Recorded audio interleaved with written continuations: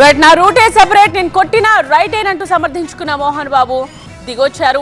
TV9 పోరాటానికి దిగి వచ్చిన తర్వాత ఆయన టీవీ9 కు బహిరంగ క్షమాపణలు కూడా చెప్పారు. ఆసుపత్రిలో చికిత్స పొందుతున్న రంజిత్ ను కలిసి సారీ చెప్పారు. మొత్తం జర్నలిస్ట్ సమాజాన్ని క్షమించమని కోరారు మోహన్ బాబు. ఈ నెల 10న విధుల్లో ఉన్న టీవీ9 జర్నలిస్ట్ రంజిత్ పై హత్యాయత్నానికి పాల్పడ్డాడు సినీ నటుడు మంచు మోహన్ బాబు. ఈ ఘటనలో రంజిత్ దవడ ఎగువ భాగంలో తీవ్ర గాయం కావడంతో వైద్యులు సర్జరీ చేశారు. టీవీ9 జర్నలిస్ట్ పై దాడి చేసిందే కాక ఆ దాడిని సమర్థించుకున్నారు మోహన్ బాబు, మంచు విష్ణు.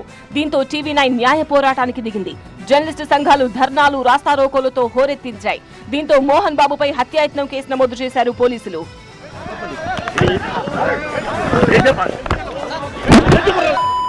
టీవీ9 న్యాయ పోరాటానికి దిగడంతో మోహన్ బాబు దిగొచ్చారు. టీవీ9 కు బహిరంగ క్షమాపణలు చెప్పారు.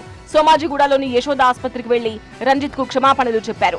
ఆవేశంలో ఉన్న కారణంగా దాడి చేశానని రంజిత్ కు చెప్పారు మోహన్ బాబు. తన వల్లే తప్పు జరిగిందని ఒప్పుకున్నారు. అయితే రంజిత్ జర్నలిస్టు సమాజానికి క్షమాపణలు చెప్పాలన్నారు. దీంతో మోహన్ బాబు జర్నలిస్టు సమాజానికి క్షమాపణలు చెప్పారు. ఆసుపత్రిలో ఉన్న రంజిత్ కుటుంబ సభ్యులను కూడా క్షమాపణ అడిగారు. మోహన్ బాబు వెంట మంచు విష్ణు కూడా ఆసుపత్రికి వెళ్లారు.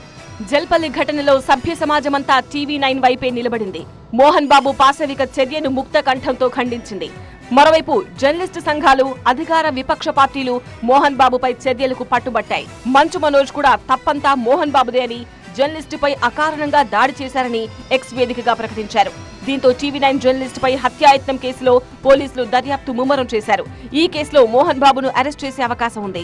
మోహన్ బాబు తమకు అందుబాటులో లేరని పోలీసులు చెబుతుండగా తాను హైదరాబాద్ లోనే తన ఇంట్లోనే ఉన్నానని శనివారం రోజు ఎక్స్ లో ట్వీట్ చేశారు మంచు. ఒక్క ట్వీట్ తో పోలీసులను ఇరకాటంలో పెట్టారు మోహన్ బాబు. మోహన్ బాబు లైసెన్స్డ్ రివాల్వర్ ను తమకు అప్పగించాలని ఈ నెల 10న నోటీసులు పంపారు రాచకొండ పోలీసులు. కానీ ఇప్పటి వరకు మోహన్ బాబు గన్ను పోలీసులకు అప్పగించలేదు. విచారణకు వచ్చిన రోజు గన్ డిపాజిట్ చేస్తానని మోహన్ బాబు కుటుంబ సభ్యులు పోలీసులకు తెలిపారు. గన్ను మోహన్ బాబు పోలీసులకు అప్పగిస్తారా లేదా అన్నది సస్పెన్స్ గా మారింది.